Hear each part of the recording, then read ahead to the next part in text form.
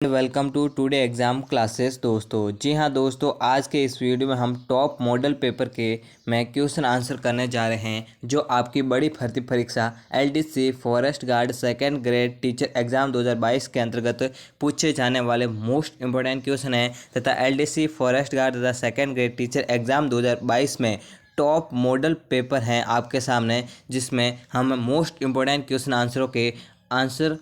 Answer करेंगे दोस्तों। अगर आप भी इन बड़ी भर्ती परीक्षाओं की तैयारी कर रहे हैं तो इस वीडियो को लास्ट तक ज़रूर देखिएगा तथा इसमें ऐसे क्वेश्चन पूछे गए हैं जो इन कंपटीशन लेवल में बार बार रिपीट होते हैं तथा गत पिछले वर्षों में इनमें से पूछे गए मोस्ट इंपॉर्टेंट क्वेश्चन आंसर है दोस्तों। तो चलिएगा, आज के आपके सामने पहला क्वेश्चन तथा टॉप मॉडल पेपर में एमसीक्यू करेंगे दोस्तों। तो चलिएगा, आपके सामने पहला क्वेश्चन आपके सामने, मध्यकाल की एकमात्र मुस्लिम महिला सम्राट रजिया सुल्तान किसकी पुत्री थी? तो इसका सही आंसर हो जाएगा ऑप्शन नंबर बी इसका करेक्ट। मध्यकाल की एकमात्र मुस्लिम महिला सम्राट रजिया सुल्तान है वो इल्तुतमिश की पुत्री थी। इल्तुतमिश के सभी पुत्र अयोग्य थे, इसलिए उसने रजिया को अपना उत्तराधिकारी घोषित किया। रजिया एकमात्र मुस्लिम महिला सम्राट थी। वो पुरुष वेश धारण करती थी और हाथी पर युद्ध लड़ने खुद जाती थी। अगला क्वेश्चन आपके सामने, रिहला की रचना किसने की थी? तो इसका सही आंसर हो जाएगा option number A is correct. Ibn Battuta ने रिहला की रचना की थी। इब्न बतूता एक मोरक्को का यात्री था। उसने रिहला नामक पुस्तक लिखी। वह मोहम्मद बिन तुगलक के समय भारत आया था। कौन? इब्न बतूता हैं, वो मोहम्मद बिन तुगलक के समय भारत आया था और मोरक्को का यात्री था। तो रियला की रचना किसने की थी? इब्न बतूता ने की थी। अगला क्वेश्चन आपके सामने, कौन सा मिलान सही नहीं है राजवंश और संस्थापक के रूप में? तो इसका सही आंसर हो जाएगा ऑप्शन नंबर सी इसका करेक्ट। कलचुरी वंश है वो गांगेय देव है, वो राजवंश तथा संस्थापक से मिलान सही नहीं है। परमार वंश उपेंद्र राज है। चंदेल वंश है वो ननुक से है। सोलंकी वंश है वो मूलराज से है, लेकिन कलचुरी वंश है वो गंगोई देव से सही नहीं है, क्योंकि कलचुरी वंश छत्तीसगढ़ का एक वंश था। इसकी स्थापना कोकल ने की थी। हालांकि गांगेय देव इस वंश का एक शक्तिशाली राजा था।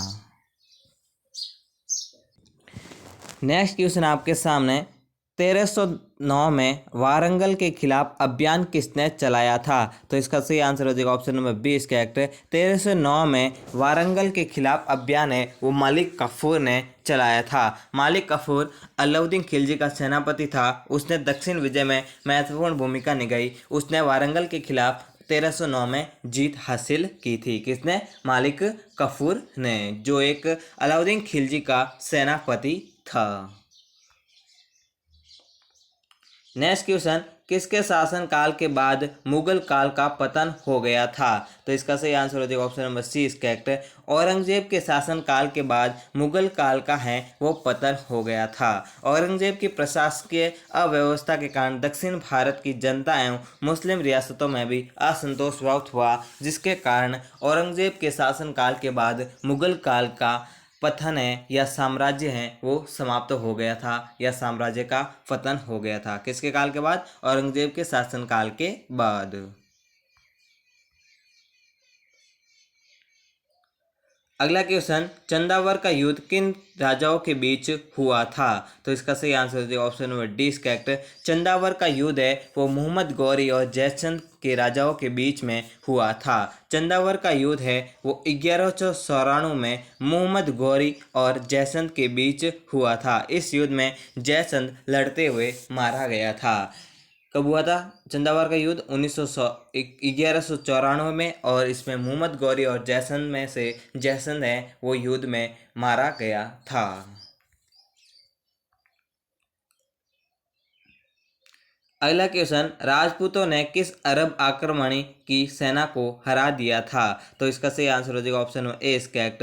राजपूतों ने अल जुनैद अरब आक्रमणकारी की सेना को हरा दिया था। गुजर प्रत्यार वंश के राजपूत राजा नागफट प्रथम ने युद्ध में अब आक्रमणकारी अल जुनैद को हराकर वापस भेज दिया था। तो किस अरब आक्रमण को हराकर वापस भेज दिया था? अल जुनैद को। नेक्स्ट क्वेश्चन, मंगोलों के सबसे ज़्यादा आक्रमण किसके काल में हुए थे? तो इसका सही आंसर हो जाएगा ऑप्शन नंबर सी, इसका करेक्ट है। मंगोलों के सबसे ज़्यादा आक्रमण है वो अलाउद्दीन खिलजी के काल में हुए थे। अलाउद्दीन खिलजी ने इन आक्रमणों से निपटने के लिए लौह और रक्त नीति की अपनाई थी। उसने राज्य को सुरक्षित रखने के लिए पुराने किलों की मरम्मत कराई और नए किलों का भी निर्माण करवाया था। किसके दौरान? मंगोलों के ज़्यादा आक्रमण होने के तहत अलाउद्दीन खिलजी ने लौह रक्त नीति भी अपनाई थी। अगला क्वेश्चन, पालखेड़ का युद्ध कब हुआ था? तो इसका सही आंसर हो जाएगा ऑप्शन नंबर ए, इसका करेक्ट है। पालखेड़ का युद्ध है वो 1728 में हुआ था। पालखेड़ का युद्ध है वो बाजीराव और हैदराबाद के निजाम उल मुल्क की सेनाओं के बीच 1728 में हुआ था, जिसमें निजाम की बुरी तरह पराजय हुई थी। अगला क्वेश्चन, दुनिया की सबसे बड़ी आर्द्र भूमि कौन सी है? तो इसका सही आंसर हो जाएगा ऑप्शन नंबर डी, इसका करेक्ट है। दुनिया की सबसे बड़ी आर्द्र भूमि है वो पेंटानल है, जो दक्षिण अमेरिका में स्थित है। पेंटानल दुनिया का सबसे बड़ा आर्द्र भूमि दलदली भूमि वाला क्षेत्र है। यह मुख्यतः ब्राज़ील में स्थित है, लेकिन इसके कुछ हिस्से ब्राज़ील की सीमा पार बोलीविया और परग्वाय तक भी फैले हुए हैं।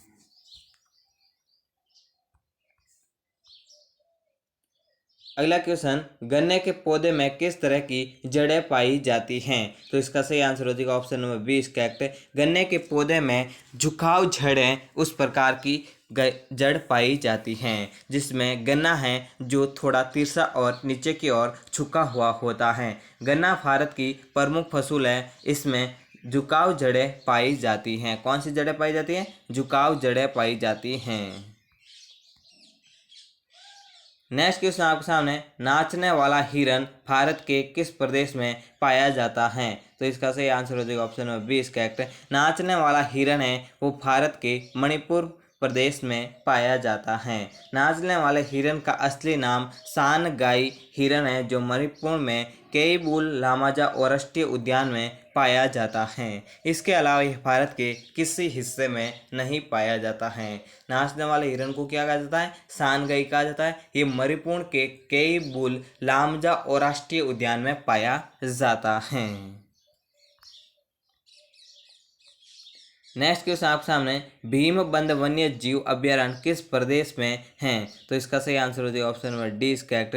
भीमबंध वन्य जीव अभ्यारण्य है वो बिहार में स्थित हैं। भीमबंध वन्य जीव अभ्यारण्य भारत के बिहार प्रदेश में स्थित है। ये कुल 681.99 वर्ग किलोमीटर में फैला हुआ है। यहाँ बाघ, तेंदुए, चीतल, सांबर, हिरन आदि बहुतायत में पाया जाता है। ये अभ्यारण्य है जानवरों की अपेक्षा पक्षियों के लिए प्रसिद्ध और पक्षियों की 100 से अधिक प्रजातियां भी पाई जाती हैं। कौन से? भीमबंध वन्य जीव अभ्यारण्य। अगला क्वेश्चन, ब्रह्मगिरी राष्ट्रीय उद्यान किस प्रदेश में है? तो इसका सही आंसर हो जाएगा ऑप्शन नंबर 20, करेक्ट। ब्रह्मगिरी राष्ट्रीय उद्यान है वो कर्नाटक में स्थित है। ब्रह्मगिरी राष्ट्रीय उद्यान कर्नाटक के कोडगु जिले में है और ये 181.80 वर्ग किलोमीटर के क्षेत्र में फैला हुआ है। यहाँ सदाबहार वन पाए जाते हैं। यहाँ लंबी पूंछ के मकाक, हाथी, गौर बाघ, तेंदुआ, जंगली बिल्ली, पालतू बिल्ली का घर, यहाँ पक्षियों की 300 से अधिक प्रजातियां भी पाई जाती हैं। अगला क्वेश्चन आपके सामने, देवरीगढ़ वन्य जीव अभ्यारण्य किस प्रदेश में है? तो इसका सही आंसर हो जाएगा ऑप्शन नंबर 20, करेक्ट।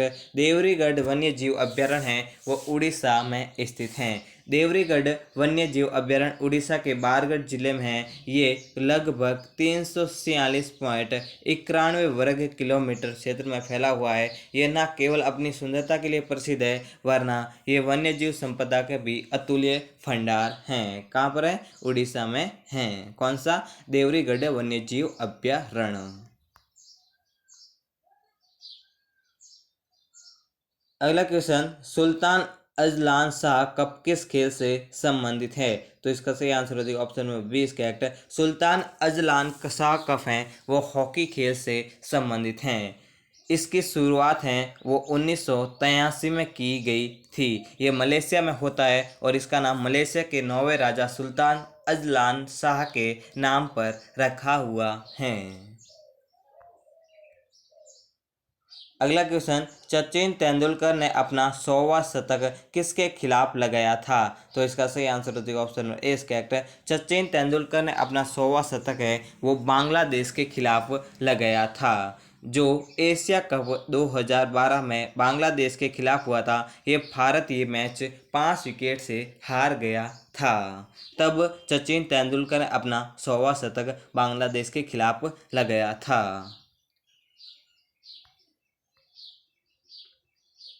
अगला क्वेश्चन, एग्रीकल्चर शॉट किस खेल से संबंधित है? तो इसका सही आंसर हो जाएगा ऑप्शन नंबर ए करेक्ट है। एग्रीकल्चर शॉट खेल हैं वो क्रिकेट खेल से संबंधित है। सॉरी, एग्रीकल्चर शॉट हैं वो क्रिकेट खेल से संबंधित हैं। Next question, the world beneath his feet किसकी जीवनी है? तो इसका सही आंसर हो जाएगा option number A correct.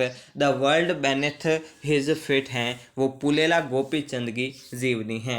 Pullela Gopichand Bharat के स्टार बैडमिंटन खिलाड़ी है, वो गोपीचंद एकेडमी भी चलाते हैं। तो किसकी जीवनी है? पुलेला गोपीचंद की जीवनी है। The world beneath his feet हैं जो पुलेला गोपीचंद है, एक बैडमिंटन खिलाड़ी हैं, उनकी जीवनी पर आधारित हैं। नेक्स्ट क्वेश्चन, 2018 राष्ट्रमंडल खेलों का आयोजन कहाँ होगा? तो इसका सही आंसर हो जाएगा option number C is correct. 2018 राष्ट्रमंडल खेलों का आयोजन है वो ऑस्ट्रेलिया में हुआ था। 2018 राष्ट्रमंडल खेल 4 अप्रैल 2018 से 15 अप्रैल 2018 तक गोल्ड कोस्ट क्वीनलैंड ऑस्ट्रेलिया में आयोजित हुए थे। कहाँ आयोजित हुए थे? 2018 के राष्ट्रमंडल खेलों का आयोजन ऑस्ट्रेलिया देश में आयोजित हुए थे।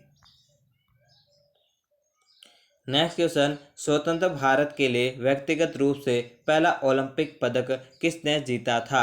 तो इसका सही आंसर हो जाएगा ऑप्शन नंबर बी करेक्ट है। स्वतंत्र भारत के लिए व्यक्तिगत रूप से पहला ओलंपिक पदक है वो के.डी. जादव ने जीता था।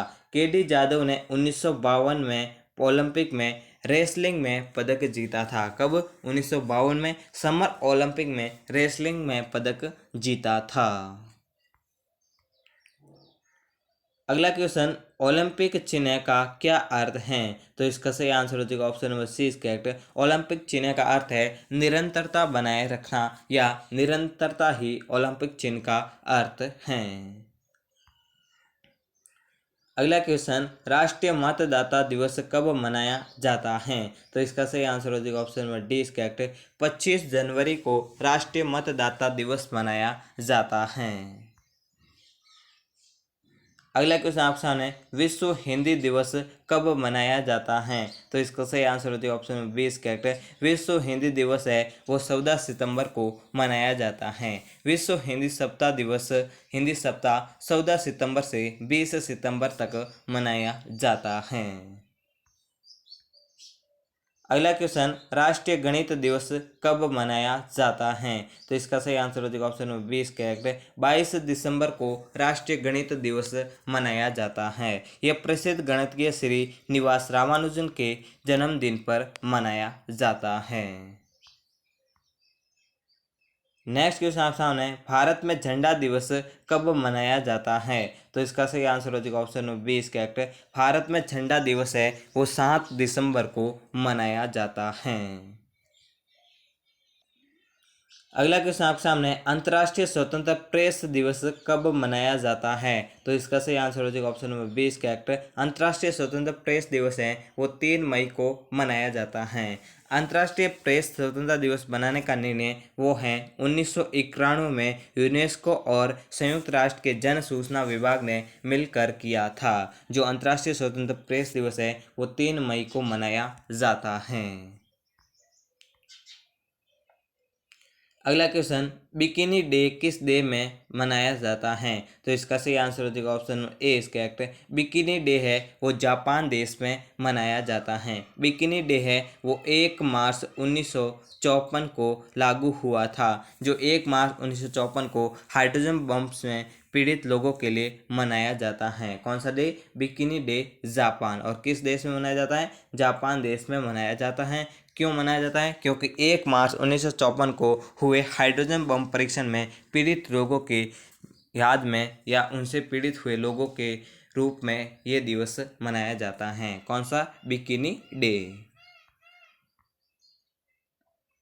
अगला क्वेश्चन, निम्न में से अधिकतम द्रव्यमान किसका होता है? तो इसका सही आंसर हो जाएगा option number C is correct है। निम्न में से न्यूट्रॉन का है वो अधिकतम द्रव्यमान होता है।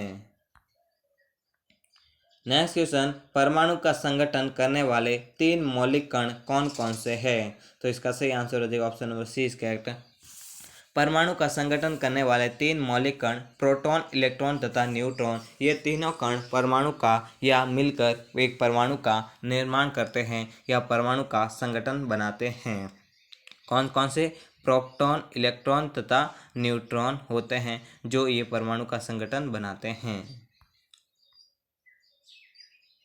अगला क्वेश्चन, सोने पर बिजली से मूल्यमा करने के लिए प्रयुक्त किए जाने वाले विद्युत लेपन किसका होता है? तो इसका सही आंसर हो जाएगा option number D is correct. सोने पर बिजली से मूल्यमा करने के लिए प्रयुक्त किया जाने वाला विद्युत लेपन है वो पोटेशियम और साइनाइड का होता है। किसका होता है? पोटेशियम और साइनाइड का होता है।